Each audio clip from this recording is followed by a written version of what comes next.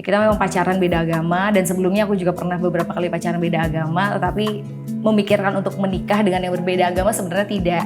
Justru di situ dia bilang, saya mau bergumul sama Tuhan, tapi kamu ikut saya ke Israel. Ya kamu aja yang pergi, itu kan ibadahku bukan ibadahku gitu kan. Jadi aku bilang sama dia bahwa ya kalau Tuhan lu emang mengizinkan gue pergi ke Israel dan nginjekin kaki gue di sana, gue pasti akan menginjakkan kaki gue di sana. Aku berdoanya sama siapa? Aku berdoa sama Tuhan. Dengan tidak menyebutkan spesifik ya. Aku bilang tunjukin Tuhan yang benar. Apakah melalui nabi yang aku percaya dari aku kecil sampai aku besar sampai sekarang, atau melalui Yesus Kristus orang yang mereka semua percaya di tempat ini. Dan ternyata banyak juga hujatan, bahkan ancaman yang kamu terima ya. Kalau hujatan media sosial udah pasti. Banyak itu ya? Banyak bahkan until now. Baik itu secara langsung juga ada yang benar-benar telepon saya frontal. Wow. Jadi ancaman berbentuk apa ya diterima? Jadi ancaman berbentuk untuk menarik paksa saya dan suami saya. Mereka udah mau sewa satu minibus dan mau datang ke gereja, which is pada saat itu ada ibadah di gereja. Dan mau menarik paksa saya dan suami untuk dibawa, ya mungkin adat ya, aku nggak tahu. Kalau bukan Tuhan yang izinkan tuh nggak bakalan orang bisa sentuh. Iya. Sahabat Solusi, hari ini saya akan ngobrol dengan seseorang yang spesial, tamu spesial yang akan bercerita bagaimana Tuhan menangkap hidupnya. So please welcome Kamaya. Halo, Pak Tudu. Halo, ini kalau mau dipanggil Kak jadi Kak Kamaya ya? Kebanyakan ya Kamaya aja udah. Iya, betul. Thank you Bapak Pak Tudu.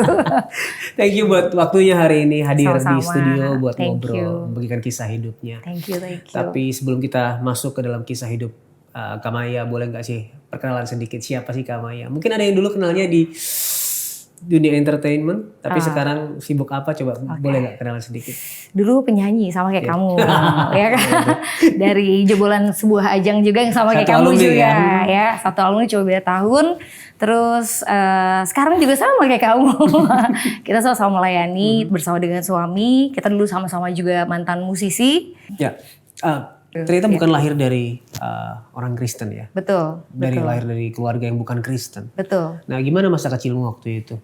Masa kecilku, ya aku dididik dari keluarga yang cukup taat beragama. Di sekolah pun di sekolah yang beragama, di kepercayaanku yang lama. Jadi memang pendidikan agamanya pada saat itu dan pertumbuhannya mengenai agama sudah terdidik dari kecil. Jadi memang bertumbuh dari kecil sampai besar, dan lingkungan keluargaku di daerah tempat tinggalku ya memang cukup fanatik mungkin ya bisa dibilang. Cukup keras lah ya. Cukup keras dalam kepercayaannya. Jadi sama sekali kayaknya nggak mungkin yang namanya bisa percaya sama Kristus. Mikirin aja nggak pernah. Terpikirkan terbesit sedikit pun tidak pernah. Ya, jadi ya inilah namanya anugerah. Ya. Nah, ternyata perjalanan iman kamu bersama Tuhan Yesus dimulai dari sebuah hal yang mungkin orang bilang remeh ya, pacaran beda. Betul. Itu remeh banget sih. Ya maksudnya kayak ya lebih nggak mungkin lagi, karena pada saat itu ini si calon suami ini sekarang orang yang Tuhan pakai menjadi suamiku gitu loh, menjadi suamiku yang saat ini. Ya, kita memang pacaran beda agama dan sebelumnya aku juga pernah beberapa kali pacaran beda agama, tetapi memikirkan untuk menikah dengan yang berbeda agama sebenarnya tidak. Ya namanya juga ya udah lah ya anak muda gitu. Pada saat itu udah berpikir panjang gitu loh. Tapi kalau misalkan dari segi kriteria, kayaknya dia juga nggak ada yang masuk kriteria untuk jadi calon suami aku sih sebenarnya. Jadi cuman jalan aja mengisi. Iya, jalan aja karena kita cocok, karena kita sama-sama musisi, karena kita sama-sama banyak hal yang mungkin cocok dibicarakan, sama berkarya bisa berkarya bareng. Jadi ya udah itu aja sih sebenarnya. Jadi nggak berpikir panjang sampai ke jenjang yang lebih serius, enggak. Ya pada saat itu seperti itu. Ya maksudnya ternyata dia juga bukan cuma sekedar Kristen, tetapi anak dari gembala sidang. Berat ya jadinya. Itu berat banget. Terus sama apalagi dia juga umurnya ternyata di bawah aku 5 tahun. Dan aku gak pernah sebelumnya pacaran sama orang yang di bawah aku 5 tahun. Terus di situ dimana saya melihat ini gak ada tujuannya. Ya ini gak ada juntrungannya, pokoknya ini gak punya masa depan lah hubungan ini. Sampai akhirnya saya bilang sama dia, kita gak mungkin gitu loh. Ya justru karena kita saling respect satu sama lain, ya gak perlu diteruskan. Karena kan ya maksudnya saya juga menghargai keluarga dia yang begitu baik, gak mungkin lah gitu loh. Sampai akhirnya, tapi dia justru disitulah saya melihat bagaimana Tuhan tuh bekerja lewat cara-cara yang ya balik lagi manusia tuh gak pernah pikirin ya. Justru di situ dia bilang, saya mau bergumul sama Tuhan, tapi kamu ikut saya ke Israel. Oke. Gitu. Oke. Oke, Ini seru, udah mulai seru nih. Iya. Karena diajak ke sebuah tempat yang jauh. Betul. Kenapa harus bergumul di Israel? Lo nggak bisa bergumul di sini, gitu kan? Oke. Alright. Nah, apa yang dia gumulkan sehingga pada akhirnya, oke, kamu ikut aku dong ke Israel gitu. Ya jadi kan balik lagi tadi dia bilang, pada saat saya udah kasih final word gitu buat dia, terus dia bilang, oke, kasih satu kesempatan lagi, aku mau bergumul, tapi kamu harus ikut sama aku mau ke Israel. Dia bilang kayak gitu. Oke, ke Israel. Kenapa lo bergumul harus ngajak-ngajak gue ke sana ya? Kenapa pertama lo nggak bergumul di sini nggak bisa pertama. Terus yang kedua, ya kamu aja yang pergi, itu kan ibadahmu bukan ibadahku gitu kan. Sampai dan itu dilakukan sama dia intens berbulan-bulan. Dari jawaban yang benar-benar tadinya keras tidak mau, sampai aku diemin gitu kan, sampai tidak mau lagi, pokoknya ya benar-benar sampai kita sering adu debat banget ya, sampai akhirnya karena saya melihat keseriusan dia bilang satu kesempatan aja, kamu jalan-jalan aja di sana. Lagian di sana kan juga tempat ziarah 3 agama besar, ya kan, 3 agama semitik, ya udah banyak kok orang-orang agama kamu juga yang berziarah ke sana. Jadi kayak ya udah, you enjoy aja the trip gitu. Kamu jalan-jalan aja, aku beribadah, aku doa sama Tuhan aku. Dia sampai kayak gitu. Kamu nggak usah mikirin segala sesuatunya, aku yang pikirin. Dia bilang kayak gitu. Oke, sampai akhirnya karena dia terus meyakinkan aku, sampai aku bilang oke, kalau emang Tuhan lu, gitu. Kalau emang Tuhan lu mengizinkan gue pergi ke sana, pasti gue akan nginjekin kaki ke sana. Aku cuma ngomong kayak gitu, tapi dengan nada yang tidak serius pastinya. Sampai akhirnya bener ya, dia bilang kayak gitu. Oke, kalau gitu aku usahain semuanya. Tapi pada saat aku ngomong seperti itu sebenarnya tuh secara jangka waktu tuh udah tidak memungkinkan. Dengan masa keberangkatannya. Dengan masa keberangkatan. Karena kan pasti kan ikut rombongan tur ya, tur rohani kan. Jadi kayak udah tinggal 2 bulan sebenarnya, 2 bulan kurang atau lebih. Dan di saat yang bersamaan pun ternyata aku nggak ngecek lagi, pasporku tuh udah di bawah 6 bulan, which is ya 5 bulan something, tapi udah nggak bisa harusnya untuk ngurus untuk bikin visa tuh udah nggak bisa. Jadi kan kayak ini terlalu mepet semuanya gitu loh. Sampai akhirnya banyak hal, dan secara uang pun sebenarnya dia juga nggak ready untuk bawa aku, dia untuk diri dia sendiri. Mungkin kalau misalkan dia minta sama papanya, sama mama papahnya bisa gitu loh. Apalagi ini untuk sebuah tujuan yang mulia, pasti disupport aja. Tapi ya di mana letak pergumulannya kan kalau dia tinggal minta sama orang tua. Betul. Gitu kan. Sampai akhirnya pada saat itu dia, oke, aku bikin, kamu liatin aja, kamu ikutin aja gitu. Pokoknya aku usaha dulu. Dia bilang gitu, sampai dia akhirnya bikin sebuah garage sale, pada saat itu namanya garage sale. Jadi kayak dia kumpulin sepatunya gitu kan, ya semua barang-barang dia, sampai akhirnya sampai teman-temannya yang bantuin tuh semuanya pada beli. Dan uangnya terkumpul bahkan lebih daripada apa yang diharapin gitu, lebih daripada harga turnya. Sampai ya di situ aku juga ngelihat, dan itu nggak nyampe 1 bulan gitu loh. Maksudnya kayaknya cuma sekitar 2 minggu tuh udah kekumpul semuanya dari barang-barang yang dia jual. Sampai ya di situ aku ngelihat kayak itu sebuah tanda pertama gitu kan. Walaupun pada saat itu aku nggak ngerti ini kok dilolosin gitu. Ya tapi kalau aku flashback ternyata Tuhan udah kasih tanda pertama di situ. Terus kayak paspor, waktu itu kita ngurus paspor juga bisanya ngurus di imigrasi bandara, itu udah nggak mungkin banget harusnya. Intinya adalah aku tuh dapat si orang travel agentnya itu dia bilang tidak bisa menjanjikan 100% bahwa kamu bisa berangkat atau tidak. Oke. Jadi itu adalah sebuah tanda juga kan sebenarnya buat si suamiku itu gitu kan. Ya kalau aku nggak berangkat berarti mungkin ya udah tanda Tuhan juga dong gitu kan. Ya udah ya disitulah akhirnya Tuhan bukakan satu-satu. Dimana akhirnya aku tuh dapat si paspor dan si visa. Maksudnya visa, paspor yang sudah dicap visa itu, jadi aku pergi ke bandara, kita janjian di bandara dengan si orang travel agentnya sampai dia lari-lari. Lu jadi berangkat ya, lu jadi berangkat ya kayak, hah? Ya aku udah bawa koper gitu, udah bawa koper, udah siap-siap lah sama dia. Tapi berangkat atau tidak masih 50-50 sebenarnya. Tapi akhirnya di situ aku melihat sebuah tanda lagi bahwa oke, jadi berangkat, oke. Dan itu di bandara. Oke, ternyata ada tanda-tanda yang kok kayaknya dibukakan jalan nih ya. Betul. Lancar banget kayaknya, walaupun menurut manusia susah nih, mustahil gitu. Betul. Sempat ada feeling gak sih jangan-jangan Pasti satu-satu itu kan membuat hati kayak kok bisa ya gitu kan. At least itu dulu gitu kan. Kok bisa ya? Oh ini jadi ya? Oh ini kok bisa sih? Buat aku tuh semuanya kayak nggak mungkin karena udah mepet banget gitu loh. Betul. Sampai akhirnya singkat cerita ketika pertama kali menginjakan kaki keluar dari airport walaupun itu belum sampai di Israel. Ya kan pada saat itu ke daerah Petra, Jordan berarti ya. Jadi begitu keluar dari bandara terus aku langsung teringat flashback kata-kata aku yang aku bilang sama dia dengan secara tidak serius. Ya kan, bahkan menyepelekan gitu loh. Jadi aku bilang sama dia bahwa ya kalau Tuhan lu emang mengizinkan gue pergi ke Israel dan nginjekin kaki gue di sana, gue pasti akan menginjakan kaki gue di sana. Dan itu langsung kata-kata pertama yang teringat begitu aku keluar dari pintu bandara. Wow. Dan itu langsung benar-benar merinding, Gushbam berarti Tuhan dia mengizinkan gue untuk menginjakan kaki di Israel dong. Dan itu benar-benar semua orang pada tidur di dalam bus dan aku sendiri yang gak bisa tidur. Bener-bener kepikiran ya? Karena kepikiran banget dengan kata-kata itu. Berarti bener dong, Tuhannya dia dong. Terus dengan kejadian-kejadian yang gak mungkin, harusnya aku bisa berangkat atau gak bisa berangkat itu masih belum tahu kepastiannya kayak gimana.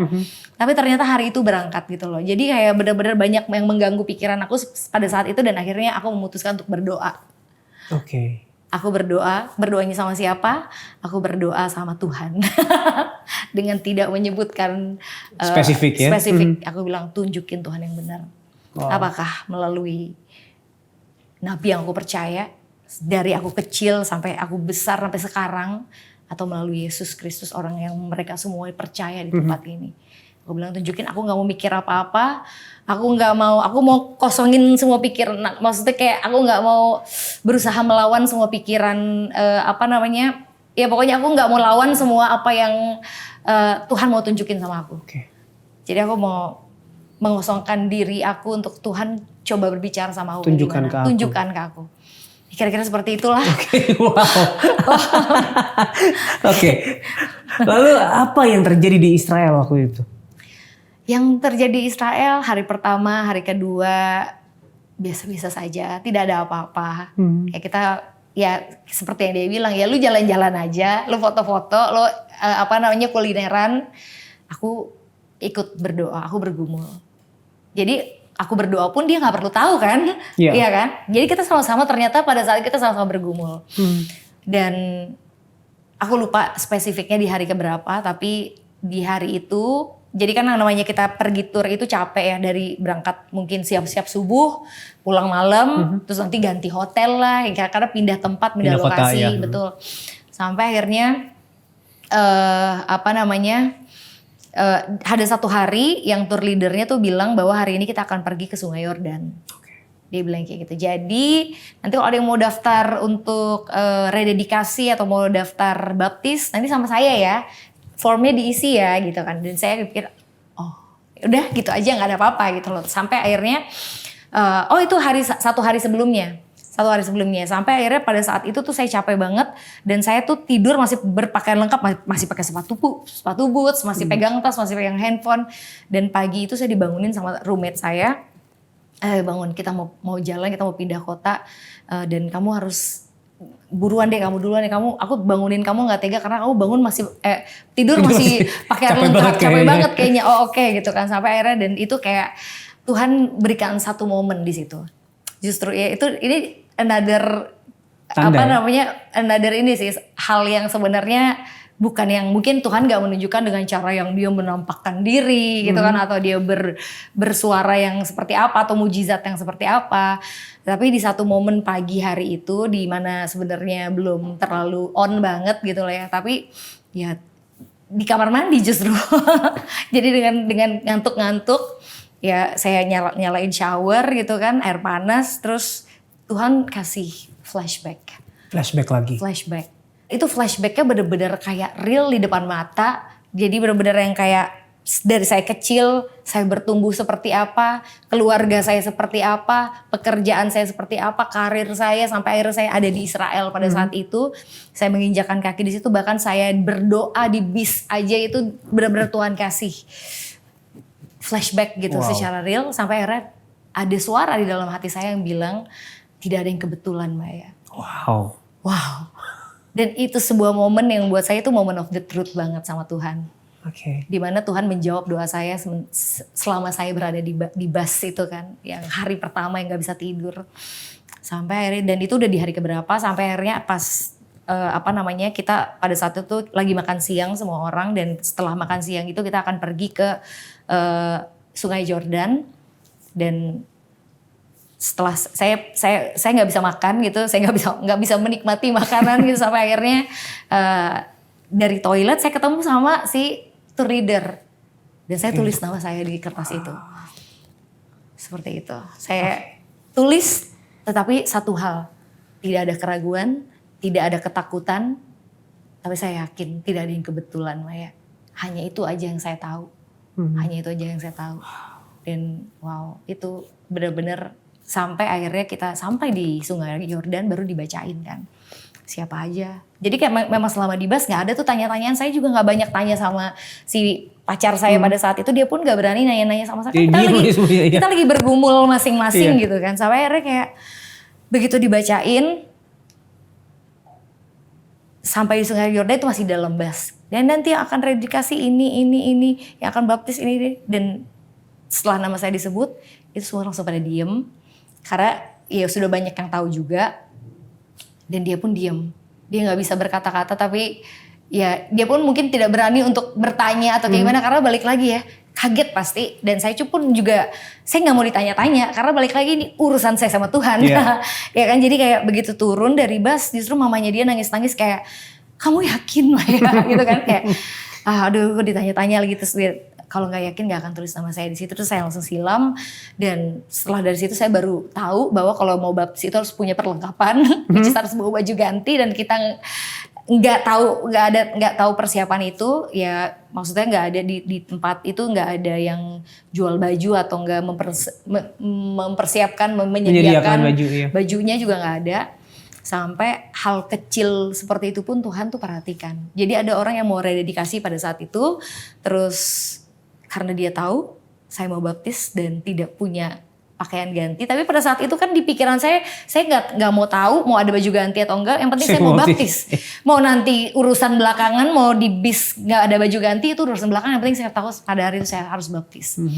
Karena saya sudah mendapatkan konfirmasi dari Tuhan. Sampai si orang yang mau rededikasi mungkin punya kebanggaan tersendiri ya. Kalau pada saat mereka bisa rededikasi di baptis di tempat Tuhan Yesus dibaptis. Ya kan, tapi ya dia mengorbankan pakaian gantinya dan dia berikan sama saya. Wow, itu hal sekecil itu pun diperhatikan gitu sama Tuhan, bahwa ternyata ada orang yang mau memberikan itu sama saya. Mai, aku mau rededikasi, tapi karena aku sudah dibaptis, kayaknya kamu yang lebih butuh ini. Wow. Oh itu di situ saya nangis sih, benar-benar kayak, oh gitu ya. Wow, itu benar-benar kayak, dan semuanya berjalan smooth. Dan ya justru setelah pulang dari sana, ya apa ya, saya justru semakin belajar dari dua belah sisi. Dari kepercayaan saya yang lama lebih kayak apa ya, kayak karena gimana ya, haus dan ingin apa ya, ingin lebih menguatkan iman kepercayaan saya sama Tuhan Yesus. Tapi justru itu yang saya dapetin. Itu yang saya dapetin. Entah kenapa semakin saya pelajarin, semakin saya belajar juga dari Injil, saya semakin menemukan jawaban yang saya semakin yakin sama Tuhan Yesus. Dan itu adalah sesuatu yang sangat mahal sekali. Jadi pada saat itu di gereja mungkin ada 5 kali ibadah dalam 1 minggu. Kalau saya habis meeting atau nggak saya habis kerja atau misalnya, selama masih bisa dikejar, saya kejar. Ya, itu ya. Wow, dan disitulah ternyata di Iya. Israel itulah, di Sungai Yordan itulah kamu mengakui Yesus Kristus sebagai Tuhan dan Juru Yes. Selamat ya. Yes. Wow. Yes. Dan ternyata tapi itu bukan akhir, tapi awal Bukan akhir, itu adalah sebuah- perjuangannya, Betul. awal pergumulannya. Betul. Saya tahu banget sih sebenarnya gini loh, pada saat mau melangkahkan kaki dari turun ke sungai, itu dikasih another flashback lagi sama Tuhan. Oke. Dikasih kilasan-kilasan lagi, keluargamu. Hmm. Iya kan? Keluarga yang kamu sayangi, pekerjaanmu, karir kamu yang lagi kamu bangun dan kamu bangun bertahun-tahun dan kamu sedang ibaratnya gimana ya? Kamu sedang mulai menikmati dan suka flourish lah gitu kan. Terus teman-temanmu, wah itu benar-benar kayak, tapi yang saya rasakan dan kita yang paling tahu diri kita seperti apa ya. Kalau saya ragu-ragu saya nggak akan pernah memutuskan sesuatu. Yeah. Tapi ketika saya tahu diri saya seperti apa, ketika tidak ada keraguan sama sekali, tapi di sini semakin yakin bahwa aku nggak punya ketakutan sama sekali, aku akan tetap turun ke Sungai Yordan, aku akan tetap memberikan diri aku dibaptis karena tidak ada ketakutan. Aku tahu yang paling berat pasti adalah keluarga. Yeah. Itu yang paling terberat di antara semuanya. Ya kan? Kedua mungkin memang karir, karena karir yang itu yang kita kejar. Itu yang kita kejar, kita bangun bertahun-tahun gitu loh ya. Ya itu, tapi ya puji Tuhan pada saat itu nggak ada rasa takut sama sekali, yang ada keyakinan. Ada kekuatan yang dari Tuhan ya, karena ketika kita adalah orang-orang yang dipanggilnya, Amin. Yes. nggak ada yang bisa mengambil menghalang-halangi. kita ya dari tangannya. Wow. Betul, ketakutan memang ada, maksudnya kayak kekhawatiran itu yang justru ditunjukin di depan mata, tetapi kepercayaan sama Tuhan lebih besar. Dan keyakinan sama Tuhan pada sekarang aku yakin aku sudah mendapatkan jawaban. Dari, ya kamu bayangin aja dari, itu kan berbulan-bulan ya, prosesnya sebenarnya kan bukan pada saat di Israel, prosesnya tuh dari sebelum-sebelumnya. Ya kan, dari masalah mungkin sepele lah, paspor lah, ya kan, visa lah, terus uang buat keberangkatan lah. Ya maksudnya kan dia nggak mungkin suruh aku yang bayar atau suruh orang tuanya yang bayar. Mungkin kalau dengan cara yang cepet bisa ya. tapi di mana letak pergumulannya? Kayak itu sih. Jadi sebenarnya udah perjalanannya tuh udah kayak sebenarnya Tuhan tuh udah kasih semua satu jawaban untuk semua rentetan pertanyaan selama berbulan-bulan bahkan bertahun-tahun. Ya itu sih. Wow, oke. Dan setelah kamu percaya kepada Yesus Kristus, apakah kekhawatiran atau flashback ketika kamu masuk ke Sungai Yordan itu terjadi tentang karir, tentang keluarga? Tentu saja. Tentu saja. Oke. Ya. Jadi ya ini yang tadi ya saya tadi minta cariin kamu ayatnya di mana. Nih, jadi di Lukas 21 itu kan dibilang bahwa tetapi sebelum semuanya itu kamu akan ditangkap dan dianiaya, kamu akan diserahkan ke rumah-rumah ibadat dan di penjara. Dan kamu akan dihadapkan dengan raja-raja dan penguasa-penguasa oleh karena namaku. Ini kan tentang permulaan penderitaan ya pada saat itu ya. Tetapi yang mau saya highlight ini di ayat selanjutnya sih. Hal itu justru akan menjadi kesempatan bagimu untuk bersaksi. Wow. Itu yang pertama. Terus yang kedua, sebab itu tetapkanlah di dalam hatimu supaya kamu jangan memikirkan lebih dahulu pembelaanmu. Karena ya pastilah, begitu. Saya kan memikirkan selama berbulan-bulan bagaimana nanti kalau ketahuan. Gimana kalau teman-teman saya tahu, gimana kalau keluarga atau apalagi mama saya tahu gitu loh. Saya harus ngomong kayak gimana? Saya harus menjelaskannya seperti apa? Karena nggak mungkin saya bilang, saya tahu saya tidak boleh menyangkal Yesus. Ya, saya tahu saya tidak boleh menyangkal Yesus. Tapi ya ayat ini sangat menguatkan karena Tuhan bilang, sebab itu tetapkanlah dalam hatimu, kamu nggak usah mikirin pembelaan kamu. Oke. Karena di ayat selanjutnya dikatakan, sebab aku sendiri akan memberikan kepadamu kata-kata hikmat, sehingga kamu tidak dapat ditentang atau dibantah sama lawan-lawanmu. Jadi ya terus ayat lanjutnya juga serahkanlah, kita akan diserahkan sama orang tua, sama ya ancaman-ancaman ada. Ya bahkan 6 bulan setelah saya terima Tuhan, itu baru pertama kalinya saya melayani. Akhirnya maksudnya kan tadi sebelumnya belajar, saya juga nggak mau langsung kayak pelayanan ya gini-gini, enggak lah. Maksudnya kayak justru harus belajar dulu. Yeah. Belajar jadi kayak bener-bener ya ke gereja apapun ibadahnya pada saat itu pendalaman Alkitab, bla bla bla bla bla ya. Sampai saya terpikir juga untuk kayak sekolah Alkitab deh gitu kan. Tapi pada saat itu belum memungkinkan. Sampai akhirnya ya 6 bulan baru pertama kali pelayanan, dan begitu baru pertama kali pelayanan akhirnya mama saya menemukan Alkitab di dalam lemari saya. Pada saat itu tahun 2013 kalau nggak salah. Jadi kayak belum ada Alkitab elektrik kayak elektronik. Belum ada di handphone, belum ada di handphone karena mungkin kayaknya baru peralihan BlackBerry ke ini nggak sih? Android ya ke iPhone atau Android gitu ya, ke smartphone ya. Gitu. Jadi kayak mungkin belum terlalu familiar dengan Alkitab di digital ya. Gitu. Terus apa yang terjadi tuh waktu itu? Ya akhirnya setelah dia beribadah, saya ada di situ, dia langsung bertanya sama saya, mama menemukan Alkitab di lemari kamu. Itu punya kamu atau punya Sinyo? Sinyo itu suami saya ya. Terus sampai akhirnya ya saya tidak bisa menyangkal. Terus dia bilang, kamu Kristen sekarang.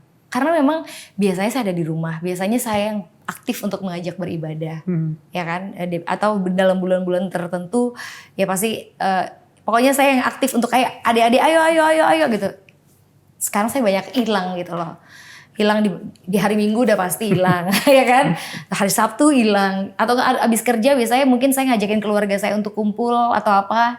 Itu udah agak jarang terjadi karena pada saat itu saya memang lagi haus mau belajar. Ya jadi itu udah dirasakan banget sebenarnya sama mama saya. Sampai akhirnya pada saat dia bertanya, saya sudah tidak bisa menyangkal lagi dan saya katakan, iya mama. Ya, sampai ya udah yang terjadi pasti membuat dia histeris dan ya udah disuruh keluar dari rumah. Terus begitu lingkungan kerja tahu juga, ya mostly teman-teman yang beragama sama dengan saya yang dulu, mereka tidak mau mengajak saya bekerja sama.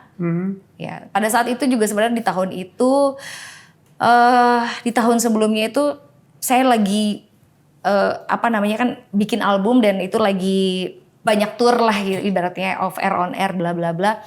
Jadi label itu mengajukan untuk memperpanjang kontrak sama saya dan saya tidak mau karena udah nggak kepikiran sama sekali pada saat itu untuk kayak oke, aku sudah menemukan purpose yang baru kayaknya lewat talentaku. Jadi ya sudah, saya drop semua karir saya. Saya memilih untuk itu karena pada saat itu seperti ini. Saya tahu saya juga harus menjaga perasaan orang tua saya. Karena once dari agama saya yang dulu pindah mungkin ke Kristen, pada saat itu bisa heboh gitu loh. Ya bisa heboh gitu di mana-mana karena pada saat itu sebelum-sebelumnya saya lihat kayak gitu kan. Jadi kayak oke, ya nggak usah deh. Kayaknya lebih baik kayak, makanya pada saat itu saya menarik diri cukup lama dari pergaulan, dari lingkungan pekerjaan sudah pasti, dan udah saya memilih untuk drop. Bahkan saya beberapa teman-teman yang ngajakin untuk kayak, lu masih mau nggak sih nyanyi gini, lu kemana aja sih? Semua orang pada bertanya kayak begitu. Dan ya udah saya memilih untuk drop aja. Aku bilang aku tidak mau aktif nyanyi dulu. Dan akhirnya sampai sekarang. Sampai sekarang udah dari 2013. Dan ternyata banyak juga hujatan, bahkan ancaman yang kamu terima ya? Betul. Berupa apa itu? Sebenarnya kalau ancaman itu, kalau hujatan media sosial udah pasti. Banyak itu ya? Banyak. Bahkan until now. Tapi bayangin pada saat itu aja saya nggak heboh-hebohin di berita di TV gitu, pas bahwa saya menyatakan diri saya Kristen. Makanya saya menarik diri pada saat itu. Karena saya tahu dampaknya tuh akan seperti apa. Saya kasihan sama keluarga saya nanti karena mereka yang pasti akan juga turut menanggung. Kalau cuma saya doang mungkin nggak apa-apa. Tapi kalau untuk mama saya, mungkin adik-adik saya memikirkan lebih luas lagi. Makanya kayaknya jalan yang paling baik adalah menarik diri dari dunia entertainment lah, dari karir gitu loh. Jadi kayak karena pada saat itu aja begitu teman-teman tahu, ya semuanya langsung ahli Farisi lah, ya kan langsung ya menghujat di sosmed dan baik itu secara langsung juga ada yang benar-benar telepon saya frontal. Dan kalau keluarga ya udah pastilah keluarga besar, dan ancaman justru saya taunya dari mama saya. Jadi ancaman berbentuk apa ya yang diterima? Jadi ancaman berbentuk untuk menarik paksa saya dan suami saya. Oh. Ya mereka sampai mau sewa satu minibus gitu. Ya, justru ini mama saya yang cerita. Tapi saya justru pada saat dia cerita, saya justru melihat di mana pembelaan Tuhan tuh luar biasa. Karena bagaimanapun seorang ibu gitu, tetap hatinya sekecewa-kecewanya, mungkin dia sesedih-sedihnya dia, tetapi bicara soal anak mungkin ya tetap hati ibu. Ya. Tetap hati ibu gitu loh. Jadi kayak pada saat itu dan dia adalah anak tertua di keluarga juga, jadi didengar gitu loh. Jadi pada saat itu ya dia yang cerita bahwa mereka udah mau sewa satu minibus dan mau datang ke gereja, which is pada saat itu ada ibadah di gereja. Wow. Dan mau menarik paksa saya dan suami untuk dibawa, ya mungkin adat ya, aku nggak tahu. Nah sampai akhirnya, dan itu tidak terjadi karena pada saat itu mama saya bilang jangan dan dia pingsan. Akhirnya nggak jadi. Okay. Dan balik lagi sekali lagi mama saya cukup punya pengaruh karena dia anak pertama dan dituakan. Jadi akhirnya nggak jadi. Dan tapi saya melihat di situ bukan masalah soal ancamannya. Ancaman udah pastilah. Di Alkitab kita udah baca bahkan yang lebih jauh, kita nggak ada apa-apanya lah, ya kan? Kita nggak ada apa-apanya dengan ancaman semua yang kita terima. Tapi begitu melihat bahwa kayak emang selai rambut tuh Tuhan, kalau bukan Tuhan yang izinkan tuh nggak bakalan orang bisa sentuh, gitu loh. Jadi kayak di situ saya melihat Tuhan itu meluputkan kita tuh emang luar biasa. Mungkin emang dengan hal yang balik lagi bukan hal yang wow gitu. Dengan mama saya pingsan dan dia bilang jangan, akhirnya nggak jadi. Dan itu keluar dari mulut mama saya sendiri kepada saya dan suami saya. Waktu itu kita lagi minta restu buat menikah. Itu juga another story yang emang wow gitu. Saya pikir kita bakalan ditimpuk atau diusir dari rumah gitu loh pada saat mau minta restu. Tapi yang terjadi adalah justru mereka berpelukan dan itu di dapur. Mereka berpelukan di dapur, dia bilang, "Mama restui kalian menikah. Tapi I'm sorry aku gak bisa datang. Karena aku juga harus menjaga perasaan semua keluarga besar." Dia bilang gitu. Dan dia akhirnya bercerita tentang soal ancaman tadi. Wow. Aku justru harus melindungi kamu. Dia bilang kayak gitu. Tuhan tuh luar biasa. Amin. Jadi ternyata hubungan dengan mama pun dipulihkan ya saat itu ya? Mungkin pada saat itu dia belum bisa menerima sepenuhnya. Ya, dia masih berperang antara ini anakku, anak aku yang aku sayangi, anak pertamaku gitu kan. Tetapi dia masih tidak bisa terima dengan keberadaanku saat itu yang berbeda dari dia, gitu, yang mengambil keputusan sendiri. Ya, dan itu bertahun-tahun sampai akhirnya Tuhan benar-benar pulihkan itu di masa. Jadi pada saat kami habis menikah sebenarnya kami tuh nggak mau langsung punya momongan karena ya planning nabung dulu lah, persiapin ini persiapin itu, tapi Tuhan berkata lain. 2 bulan menikah ternyata hamil dan ternyata ya Tuhan punya rencana di balik itu dan lewat kondisi itulah, lewat peristiwa itulah hubungan saya dan mama pelan-pelan dipulihkan. Kalau dulu ya betul. Kalau sebelumnya tuh mau ketemu sama dia, mau ulang tahun aja itu bisa nggak dibolehin untuk ketemu sama dia. Jadi benar-benar kayak kita pernah nunggu di garasi dari berdiri duduk sampai dari telepon iya sebentar sampai nggak diangkat berjam-jam, kita nunggu di situ sampai akhirnya udah tuh kue dan kadonya kita taruh aja. Itu benar-benar hal yang sebenarnya menyedihkan buat saya pada saat bagaimanapun seorang anak ya, anak perempuan pertama dengan ibunya gitu kan, nggak bisa ketemu tuh rasanya sakit banget. Tapi justru di momen ini itu yang paling indah sih, karena pada saat saya melahirkan pun akhirnya mama dan mertua saya ada di kamar yang sama di tempat saya bersalin bersama dengan suami saya bertiga gitu loh. Jadi kayak itu kejadian yang nggak pernah saya bisa lupakan gitu loh. Ya mereka begitu anaknya lahir, mereka yang satu puji Tuhan, haleluya. Yang satu beda. Yang satu beda, wah gitu kan. Dia memuji Tuhannya, ya mereka memuji Tuhannya dengan cara mereka masing-masing. Sampai mungkin dokter di ruangan suster itu bingung gitu kan sampai Dan itu kayak momen yang sangat amazing saya lihat. Wow. Tuhan pakai caranya sendiri untuk memulihkan akhirnya relasi kamu dan mama juga ya. Nah, di tengah hinaan, ancaman, juga kamu harus keluar dari rumah waktu itu kan. Betul. Apa yang membuat kamu kuat terus dalam aku tetap mau ikut Yesus? Tuhan Yesus lah. Tuhan Yesus. Karena keyakinan, karena gini loh. aku nggak pernah menemukan hal yang membuat aku seyakin ini. Bahkan even di kepercayaanku yang sebelumnya mungkin ya aku menjalani. Tapi ini menjalani dengan penuh keyakinan dan semakin mengenal dia, semakin mengetahui kebenarannya, semakin kita yakin. Bahkan kayak keputusan aku di Israel untuk aku baptis pun itu adalah ya, dibayangi rasa takut tetapi tidak takut. Jadi aku nggak punya alasan untuk meragukan dia. Jadi semakin hari semakin yakin, semakin aku kenal dia justru semakin gimana ya? Ya itu sih. Semakin kenal Tuhan Yesus semakin yakin, semakin kenal Tuhan Yesus semakin gak ada keraguan-keraguan sama sekali. Boleh nggak sih aku tanya, satu titik apa yang membuat kamu mungkin semakin kayak, kan kamu di Israel sudah baptis, sudah mengakui Tuhan Yesus sebagai juru selamat. Titik apa sih yang akhirnya, oh ternyata Tuhan Yesus ini Tuhan yang benar loh. Semakin yakin, apa kamu baca sesuatu dari Alkitab atau ada perbandingan dengan agama sebelumnya gitu? Iya, ya kalau udah perbandingan udah lewat lah ya, karena itu semakin menguatkan justru. Oke. Tapi ya semakin mengenal dia lewat firman-Nya, terus lewat kehidupan kita sehari-hari.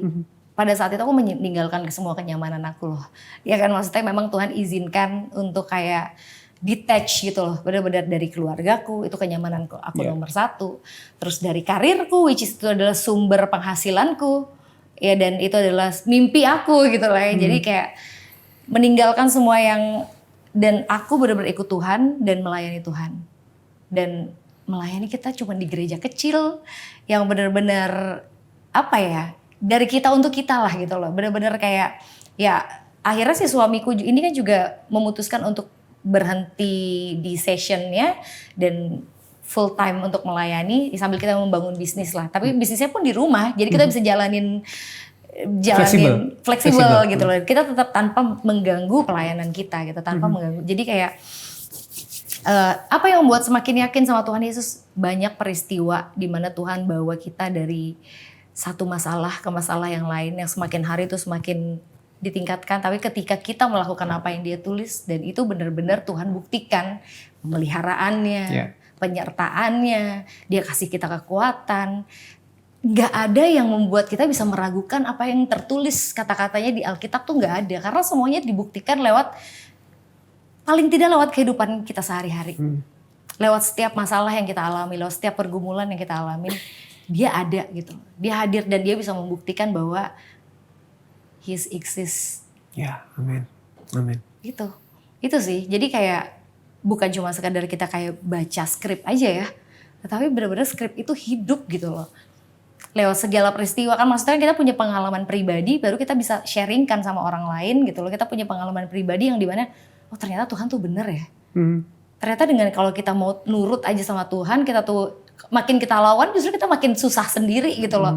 Makin kita yang berputar-putar, berkutat di masalah kita itu terus. Tapi kalau pada saat kita mau dengerin apa yang jadi kehendaknya Tuhan, justru semakin ya walaupun sakit, walaupun apa, tapi kita semuanya lewat-lewat aja dan semuanya indah-indah aja gitu loh. Amin, amin. Walaupun tidak sesuai yang kita bayangkan, dan ya selama ini ya itu aja sih yang membuat aku terus yakin sama Tuhan Yesus dan nggak akan pernah memilih another opsi untuk Tuhan Yesus. Itu aja. Amin, amin. Wow. Lalu apa yang kamu rasakan nih waktu setelah kamu percaya pada Tuhan Yesus menjadi orang Kristen? Ada perubahan hidup apa yang kamu rasakan? Selain mungkin ya aku harus melepaskan kenyamanan, memikul salib untuk mengikut Kristus, ya kan? Apa perubahan-perubahan apa yang kamu rasakan waktu itu? Perubahannya yang pasti banyak yang aku sadari, tapi banyak juga yang orang lain yang bisa melihat. Contohnya siapa? Mamaku.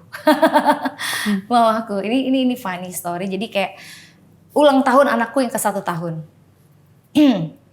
Kita pergi makan, akhirnya kita bisa makan sekeluarga, keluarga besar dari aku, keluarga besar dari mamaku. Keluarga besar tuh dalam artian kayak ada adekku juga, ada tambahan gitu kan, ada ponakanku juga. Nah ini ulang tahun aku yang pertama, aku punya seorang sahabat dari gereja, mamaku, dia temenin mamaku ke toilet gitu, maksudnya jalan gitu kan. Sampai mamaku bilang, Tante harus akui, Maya berubah jadi lebih baik ya setelah jadi orang Kristen. Itu di tahun pertama anakku ulang tahun gitu. Jadi kayak mungkin pada saat itu mungkin orang bisa ngedengernya biasa-biasa aja.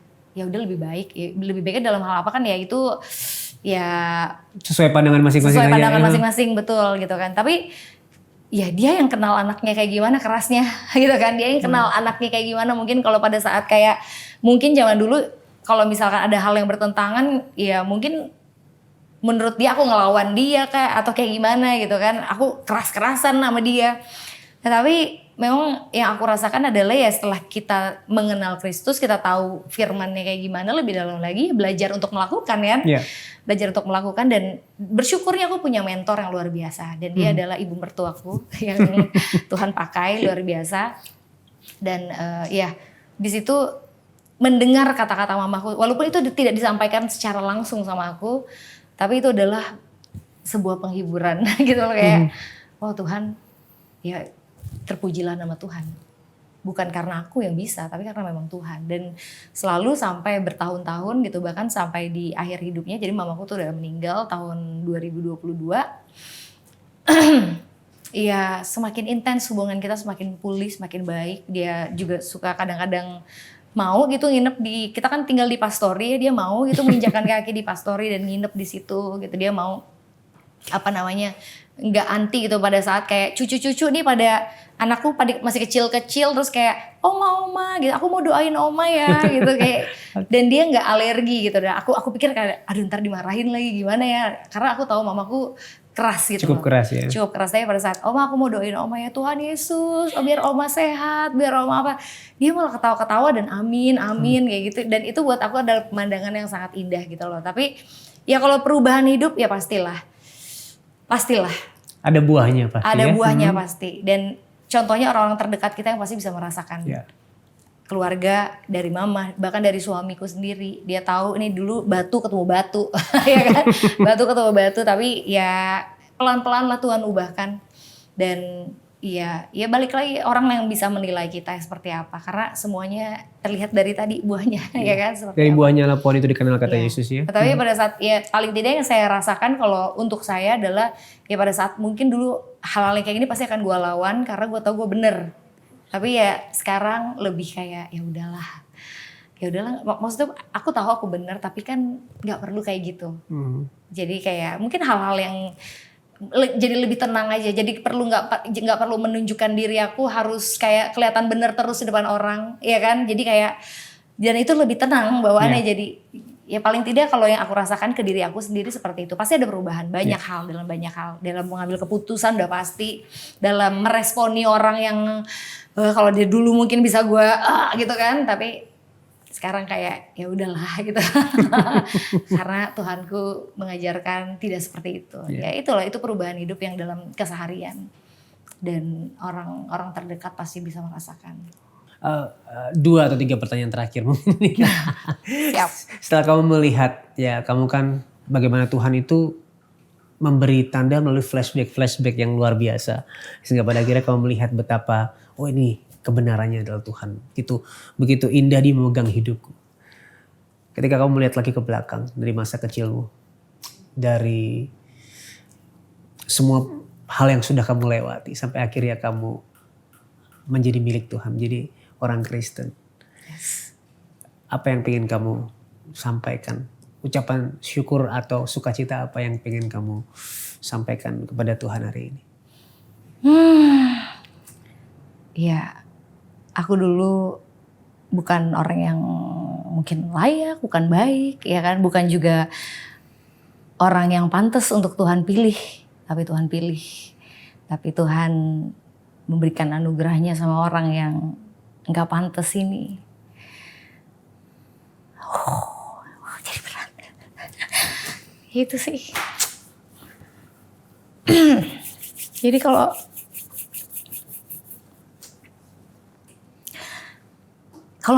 memikirkan kebaikan Tuhan tuh, ya pasti kita selalu akan kayak, oh Tuhan, saya ini siapa gitu loh. Bukan orang yang baik-baik banget, bahkan jauh dari baik ya. Tapi Tuhan beranugerah sama orang yang gak pantas ini. Dan Tuhan jadikan milik kepunyaannya, bahkan Tuhan percayakan banyak. Wow, itu it's amazing gitu loh. Enggak, dan sorry ya. It's okay. Maaf. Jadi mewek deh pertanyaannya. Oke. Ya, jadi kalau kita memikirkan bagaimana hidup kita di masa-masa yang lalu, kayaknya nggak layak menerima segala kebaikan Tuhan. Tetapi ya dialah Tuhan yang penuh kasih, yang melayakan kita, yang sudah melayakan kita sehingga kita bisa hidup dalam kelayakan ini. Dan itulah yang akan selalu kita perjuangkan untuk tetap tinggal di dalam kelayakan yang Dia sudah berikan, dan kita perjuangkan sampai akhir. Dan ya bersyukur banget Tuhan baik karena Dia mempercayakan banyak hal sama saya, sama suami saya, untuk ya kita boleh justru pada saat kayak kita melewati badai gitu loh, melewati banyak masalah, kayak sekarang kita melayani di gereja yang ya mungkin kita bisa aja meninggalkan gereja ini untuk kita pergi ke gereja yang lebih nyaman. Ya apalagi mungkin kalau kita mau memakai ya buat saya itu tapi sebuah kesombongan pada saat kita mau bilang kita mau memakai talenta kita mau pakai di tempat yang mungkin lebih nyaman untuk kita. Tapi pada saat yes, Tuhan tempatkan kita di gereja yang mungkin struggle gitu loh pada saat ini. Dan pada saat itu juga saya sama suami tuh memilih untuk di saat yang bersamaan, pada saat kita dapat tawaran untuk pengembalaan ini, kita tuh ditawarin untuk bisnis di Amerika, yaitu which is juga dari adik saya dan dari adik ipar saya, dan kita udah mempersiapkan segala sesuatunya. Tapi di saat yang bersamaan harus dihadapkan dengan pilihan ini. Tapi hati kecil saya selalu berkata, nggak bisa, saya bertobat di sini, saya bertumbuh di sini, saya dididik luar biasa di sini, saya melayani di sini, saya Tuhan pakai di sini. Terus mau tinggalin dengan kondisi yang seperti ini rasanya nggak mungkin. Tapi justru di situ Tuhan tuh memperlihatkan bahwa penyertaan itu selalu ada, pertolongannya selalu ada. Dan justru memang lewat pelayanan yang sederhana inilah dimana ya kita berdua sama-sama merasakan, wah ini ternyata begini ya melayani Tuhan ya. Ternyata begini ya kita, maksudnya ya pokoknya Tuhan ini kami gitu loh. Kita udah sepakat seperti itu. Ini kami, kemanapun Tuhan mau pakai kami, gimana pun caranya, ya udah Tuhan, terserah Tuhan pakai kami. Mau di mana, bagaimana. Yang jelas kita nggak mau lari dari panggilan itu. Kita nggak mau, ya karena kalau pengalaman dari suamiku, kalau dia suka lari sana sini. Kita belajar dari pengalaman orang aja ya kan. Jadi kayak kalau suka lari-lari dari panggilan Tuhan tuh, ujung-ujungnya juga pasti bakalan kayak, udah kita ikutin aja, ini udah paling yang benar gitu loh. Walaupun sakit, walaupun banyak hal-hal yang namanya masalah itu kan nggak tantangannya nggak segini-segini aja, pasti makin hari makin terus besar. Dan untuk dipercayakan hal-hal yang besar, kita harus mempersiapkan diri kita untuk menghadapi dan bertanggung jawab sama apa yang kita jalani sekarang, dipercayakan sekarang, itu sih. Wow, oke. Hari-hari ini kan mungkin banyak anak muda yang meragukan Tuhan, mempertanyakan Tuhan, atau bahkan mencari Tuhan ini siapa sih? Yang benar nih siapa sih? Boleh gak kasih satu pesan buat mereka yang hari ini sedang meragukan atau mencari Tuhan dalam hidupnya? Meragukan Tuhan, banyak yang ninggalin Tuhan ya. Jangan buang-buang waktu sih.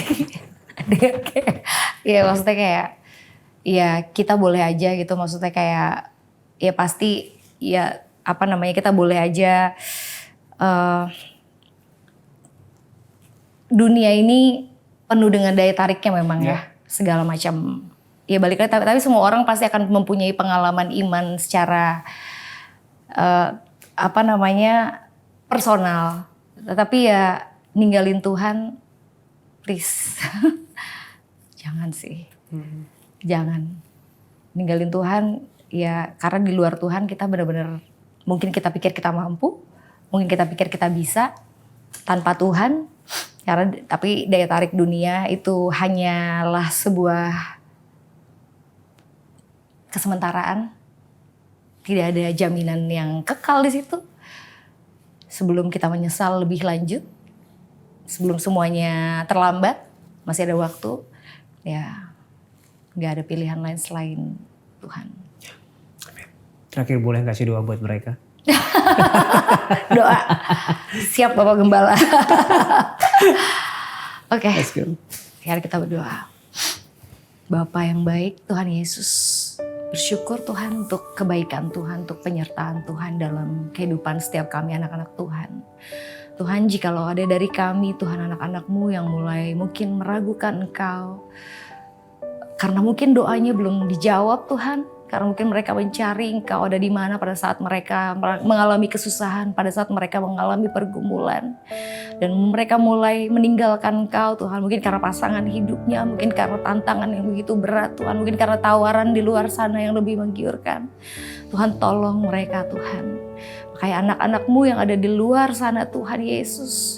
Untuk Tuhan menjangkau setiap mereka Tuhan. Berikan kami hati yang mengasihi seperti hati-Mu yang selalu mengasihi Tuhan Yesus. Sehingga Tuhan lewat kehidupan kami Tuhan, kami bisa menjangkau anak-anak Tuhan di luar sana yang mulai meragukan Tuhan. Tuhan, di luar Engkau kami tidak bisa melakukan apa-apa. Di luar Engkau kami bukan siapa-siapa Tuhan. Mungkin kami pikir kami mampu, tapi Tuhan, kekuatan kami tidak seberapa Tuhan. Kami lemah tanpa Engkau Tuhan Yesus. Dan Kaulah Tuhan, Allah kami yang menjadi sumber kehidupan kami, yang dimana Tuhan kami menaruh pengharapan kami yang tidak akan pernah sia-sia Tuhan, yang tidak akan pernah mengecewakan hanya di dalam Engkau saja Tuhan. Kami berdoa Tuhan supaya mereka dikuatkan, diteguhkan imannya, dan boleh kembali kepada Engkau Tuhan. Dan dalam nama Tuhan Yesus, Tuhan juga semakin pakai kehidupan kami untuk memenangkan jiwa-jiwa bagi kemuliaan nama-Mu, baik orang yang sudah percaya kepada Tuhan tetapi mulai meragukan Tuhan, maupun orang-orang di luar sana yang belum mendengar dan belum percaya sama Tuhan Yesus.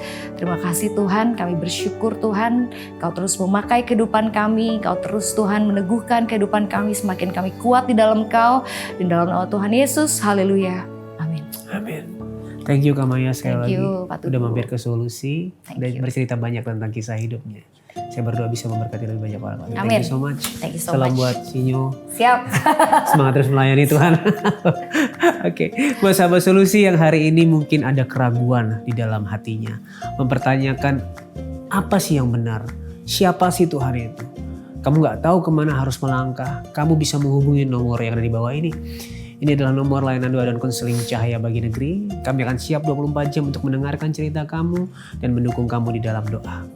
Kamu gak perlu berjalan sendirian karena kami siap mendampingi kamu. Kami tunggu ya. Dan kamu harus ingat ini, Tuhan Yesus sangat mengasihi kamu. Dan apapun permasalahanmu, di dalam Tuhan pasti ada solusi.